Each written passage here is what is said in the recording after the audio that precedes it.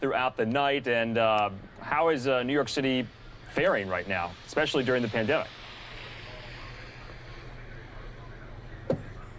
Yeah, absolutely. It is extremely complicated when you think about the pandemic that everyone is dealing with. And of course, now we have this snowstorm. We live on the Northeast, so you expect these snowstorms to happen. But if 2020 has taught us anything, it's that you should expect and you should definitely prepare for the worst. We're along Route 3, which is heading westbound. Those headlights that you can see behind me, you can still see them now, but we're expecting there will be white-out conditions at some point in the next few hours, and it will be nearly impossible to drive out here on these roadways. The governor of New Jersey, Phil Murphy, has issued a state of emergency, and taking a closer look at that roadway behind me here, no matter where you are in New Jersey, no matter what county you are in, you are under some type of watch or warning. The weather will differ from heavy snow to ice to sleet to that strong and powerful wind gusts. It is going to be a mess no matter where you are. One of the top meteorologists in the state here called this a weather event, like something you might see once every 5 or every 10 years because of the size of this nor'easter and because of the different variables that people could be dealing with. And we talk about the accumulation of snowfall. We're seeing about 2 inches fall per hour right now in parts of central New Jersey, and this is expected to last overnight.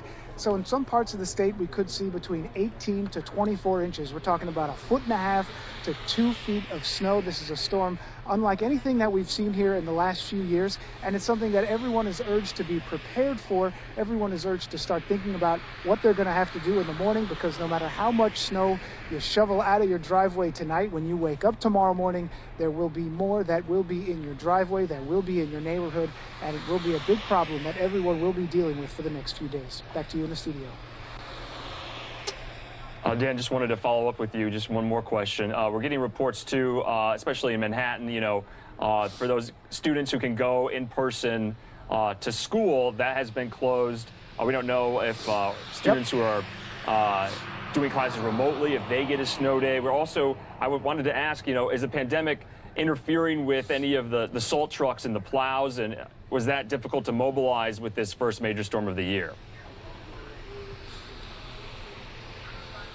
It's something that emergency responders have to take into consideration, whether you're anywhere in the tri-state area, because everyone is getting hit, whether it's Connecticut, New Jersey, or in New York. We know that the governors of most of these areas have all declared states of emergency, at least definitely here in New Jersey. And it is something that gives them a little bit of flexibility, specifically when it comes to calling in some of these government workers. We know that there are at least 2,500 salt trucks that are out on the roadway here in New Jersey. And in New York, you're talking about those school kids who have to go to their classrooms. Typically, we're dealing with sometimes they're in school, sometimes they're at home, that blended learning that so many students across the country are dealing with.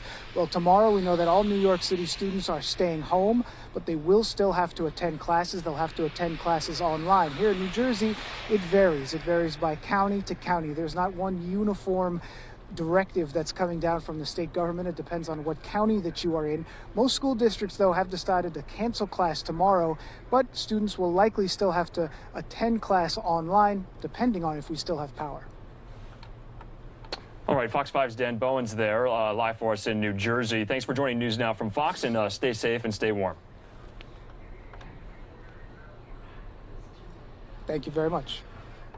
All right, we'll be bringing you more nor'easter updates throughout the late afternoon, early evening hours here in Phoenix, Arizona. It's the bottom of the hour, 4 o'clock here in Phoenix. We'll be bringing you also some more live events, but we do have these great, beautiful scenes, especially as this nor'easter